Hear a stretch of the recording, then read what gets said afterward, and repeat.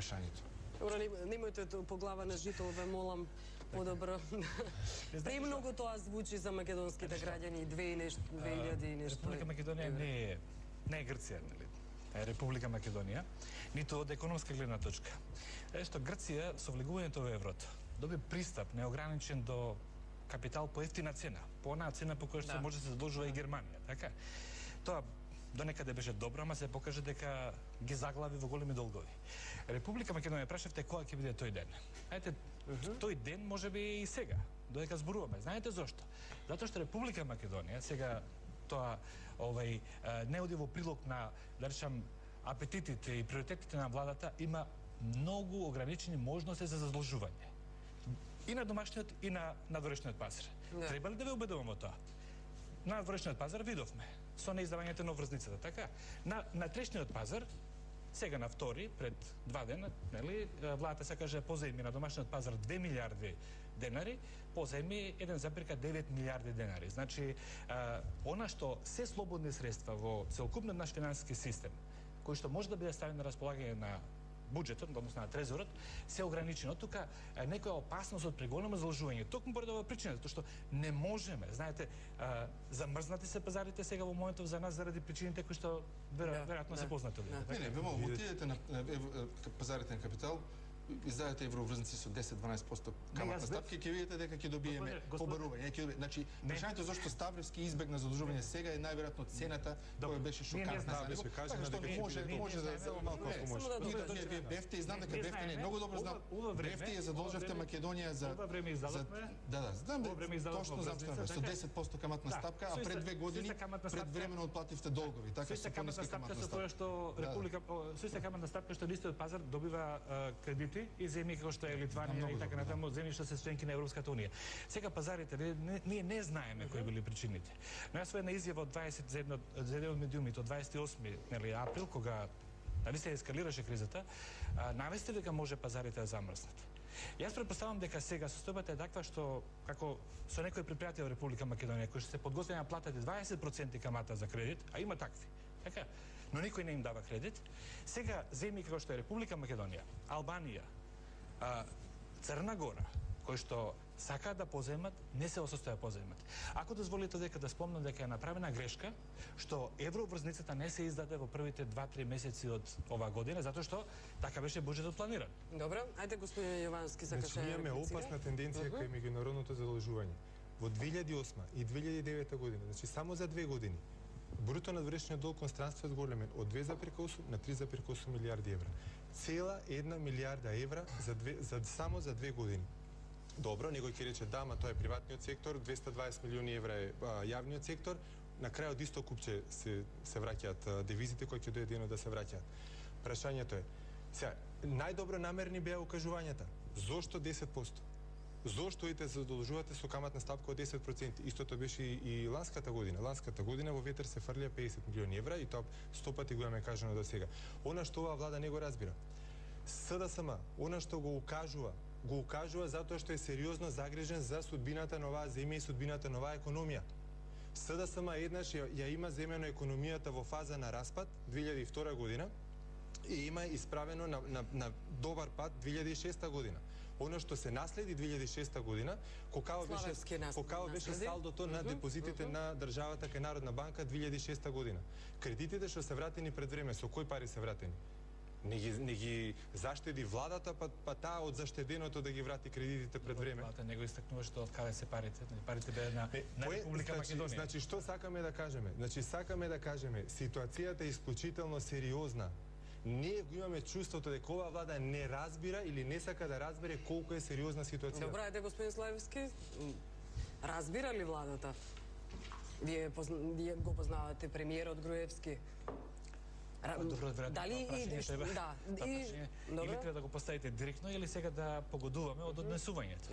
Добро, ајде кажете го вашиот став, дали е навистина? Мислам дека како што мнозинството граѓани на Република Македонија и оние што се професионалци, не само економисти, бизнисмени и така натаму, разбираат дека состојбата е сериозна и во Република Македонија, и во регионот, и во Европа, и на глобален план, дека има разбирање за сериозноста на состојбата и во Република Македонија. Кога опаѓа индустријското производство, нели? Кога имаме проблеми со полнењето на буџетот не може поинаку да се размислува освен дека станува збор за една вонредна ситуација. Добре, господин Дончев. Добро, оваа теза... Амнестирани сме заради светот, светската криза. Мислам, Господин Славевски вели дека тоа е еднакво, Македонија, регионот и светот. Дека во моментите кога веќе јасно беше дека глобалната криза доаѓа, господин Славевски, ако не грешам, во еден момент каже дека можело да испадне дури позитивно за Република Македонија, но не се тоа на страна. Испадна. Но факт. Јас извинувам, ако може да искористам. Ама да искористам оваа прилика. На кој начин? 10 пати, јас го читам господин Дончев. 10 пати го има спомнато ово обвинување. Јас не бегам од тоа дека спомнав дека во некои сегменти, како што беше например со цената на увозната нафта. Ние знаеме дека плаќавме нафта по цена од $147 во јули 2007 година. Со ова што се случи подосна, цената нафта падна на $40. Ние сме само еден сегмент кој беше позитивен. Така беше. Со ограда беше кажано моето. Добро, не мислам сега селективно бир. Добро, и вие селективно го податоци и сега. Добро, мораше да ви реплицира. Не. Добро. Глобалната слика факт е дека политички, посебно премиерот, гледаме дека при секое образложение зашто економската ситуација не е добра, дежурен виновник е глобалната економска криза. Видете, јас ова и сум го пишал и повторно ќе го презентирам пред господин Трајко Славевски. Точно е дека глобалната економска криза имаше некои негативни последици во Република Македонија, некои позитивни последици.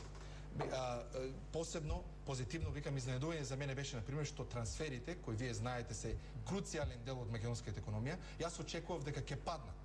Меѓутоа не само што не падна, туку се зголемија во текот на 2009 година. Меѓутоа тоа контраинтуитивно значи дека ситуацијата во Македонија е толку лошо, со што повеќе и повеќе луѓе се принудени да барат или помош од нивните роднини во Австралија, Америка, Канада, или се принудени да одат на привремена работа надвор од Македонија и ги носат овие девизни дознаки назад во државата. Меѓутоа сето тоа е испаѓа позитивно за нашата држава. Меѓутоа најголемата причина за економската ситуација во која Македонија се наоѓа денес, а тоа случајно се вклопи и со глобалната економска криза која уште повеќе влоши ситуацијата, беше драстично експанзивната монетарна политика во 2007 фискална политика во 2007 и 2008 година и драстично зголемувањето на процесот на кредитно формирање, поточно зголемување на паричната маса. Паричната маса, вкупните денари во Оптек се зголемија од околу 1 милиарда евра, значи вкупните пари, денари што ги имаме на книшки депозити и физички и штампани, на 1,7 милиарди евра во период од 2 години.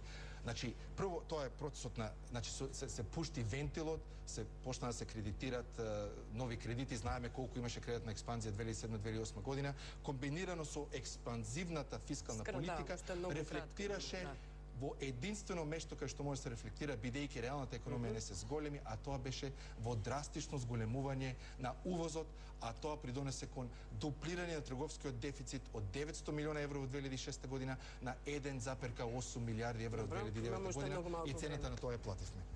Значи, во овој момент, исклучително е важно што ќе прави владата кај ребалансот на буџетот. Минатата година жртва на кратењето беа капиталните расходи. Значи, она што требаше, значи, помош на економијата беше преполовено. Лани беа проектирани 29 милиарди, на крајот на годината завршија 13 милиарди. Кратењето беше, значи, таму. На другите ставки, кратењето беше многу помало од што га капиталните расходи. Ако сака оваа влада да ја помогне на економијата, и што е посебно важно, она што се случува со буџетот сега, не е само прашање некое далечно само за оние што се фирми и така натаму. Од тоа што ќе се случува со буџетот и каков ребаланс ќе се направи, зависат и пензиите на пензионерите, зависат и платите во јавната администрација и зависи сите ќе бидеме погодени од тоа што ќе се направи ако се сгреши. Добро, ајде уште. Јас се согласувам, ако може една реченица, се согласувам дека со ова што го каже господин Јовановски, дека многу внимателно треба владата да постапи во проектирањето ново или препроектирањето на буџетот, да не се наоѓа повеќе во ситуации на присилно спуштање. Ево, еден од проектите го спомнавте во археологијата и така натаму, тоа е присилно спуштање. Мислам дека постои можност, а ќе има и разбирање во јавноста. Тоа може да влие и дури поволно за имиџот на владата, доколку се оцени дека некои проекти за кои што нема средства сега, не се есенцијални, може да се замрзнат или да се одложат за некои подобри времиња. Тоа е прашање на неопходност, не е само прашање на имиџ. Мораме да завршиме. Се надевам повторно ќе имаме дебати, што многу дебати на оваа тема. Ви благодарам што бевте гости во студио 2. Ви благодарам што не гледавте. Пријатно.